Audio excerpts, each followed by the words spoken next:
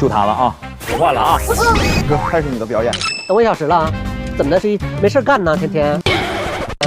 东北人没有地域歧视啊，只是单纯的不喜欢吃炖菜。小留胡子，觉得自己太爷们儿。不满。这段表演太精彩，这确实采访的super 好看。对，就他了啊！我换了啊！生是他的人，我死是他的死人啊！就他了。